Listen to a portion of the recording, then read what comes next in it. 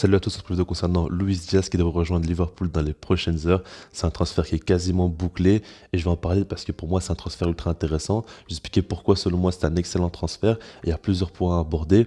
Mais en fait, Luis Diaz, pour moi, c'est vraiment un joueur qu'on en parle trop peu parce qu'il joue au Portugal. Il est moins médiatisé que d'autres joueurs.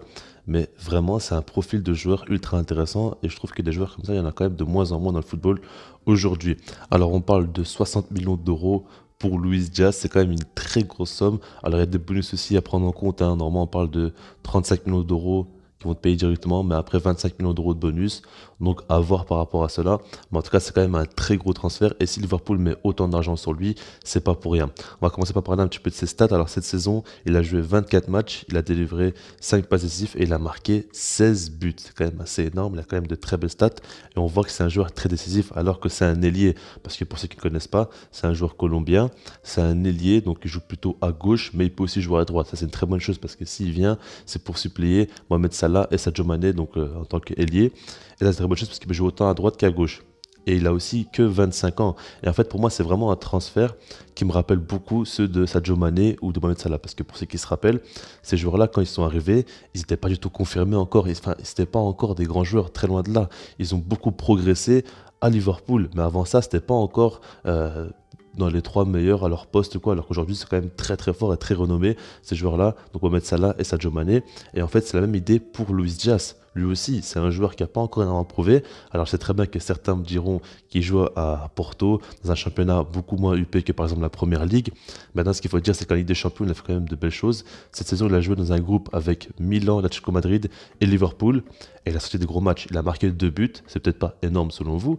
Maintenant, il faut regarder un petit peu ce qu'il propose sur le terrain. On a vu que Porto avait beaucoup de difficultés à faire mal cet adversaire-là. En même temps, c'est normal, il n'y avait que des grosses équipes dans le groupe.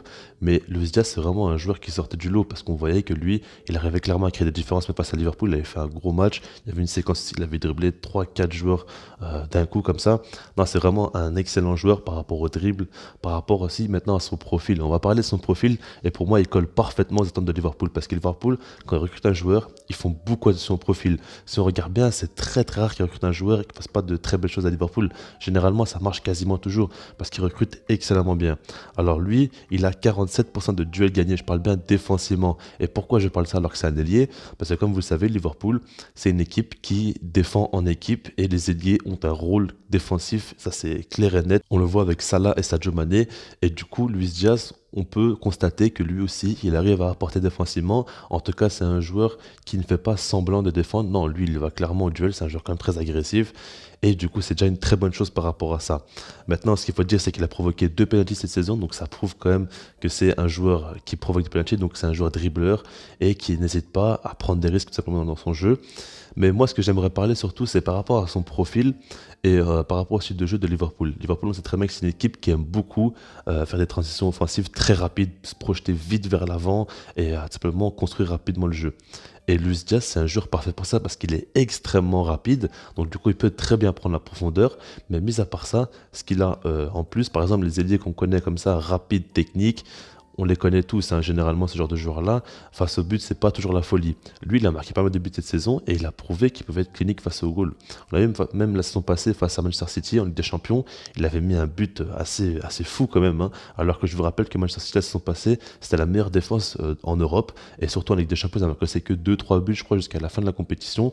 C'était quand même assez fou défensivement comment il était solide avec Ruben Dias, etc. Mais lui, il a réussi à mettre un super but face à eux et il a prouvé dans le gros match en Ligue des Champions qu'il arrivait à être présent, à faire mal, même face à Atlético Madrid, face à leur bloc bas assez resserré. Il arrive quand même à leur faire mal et à dribbler plusieurs joueurs, à créer une action tout simplement à lui tout seul. Parce que ce joueur-là peut être dangereux, arrêté, comme lancer en profondeur. Et du coup, c'est pour ça que Liverpool met autant d'argent sur un joueur comme ça.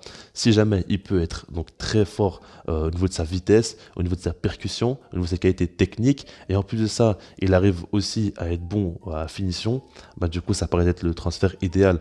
Maintenant, la question qu'on peut se poser, c'est du point de vue de Luis Diaz. Est-ce que c'est une excellente chose ou non pour lui de rejoindre Liverpool? Ça, je sais pas, parce qu'il n'est pas garanti d'avoir énormément de temps de jeu. Sadio Mané et Salah sont quand même très bien installés là-bas. Il faudra attendre encore un petit peu parce qu'ils ont certes 29 ans, mais ils ont encore quelques années quand même au niveau. Après, il faudra voir si Salah va rester ou non. Et c'est peut-être possible qu'au final, par exemple, Liverpool vende un des deux pour, par exemple, recruter au milieu de terrain ou je sais pas trop, hein. Il n'y a pas encore d'infos par rapport à ça, mais c'est possible qu'ils ont une idée comme ça.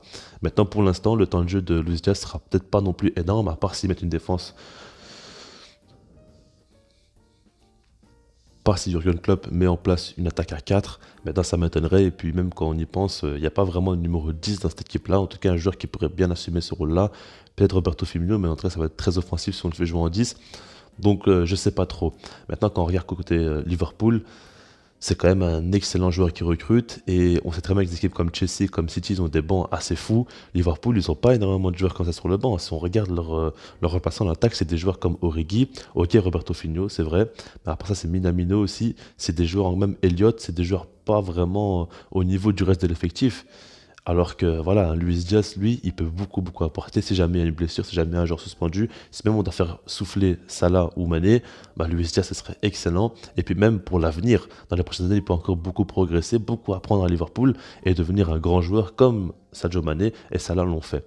Donc pour moi, franchement, c'est un excellent transfert. Quand on regarde, Liverpool recrute toujours intelligemment et c'est pour ça que j'ai voulu en parler. Parce que je trouve vraiment que cette équipe-là recrute très très bien. Quand on voit que les équipes en Europe recrutent beaucoup par rapport au nom du joueur ou ils mettent trop d'argent sur des joueurs confirmés alors que si on cherche bien et peut avoir des joueurs quand même qui ont fait de belles choses comme moins confirmés mais qu'on peut miser sur eux.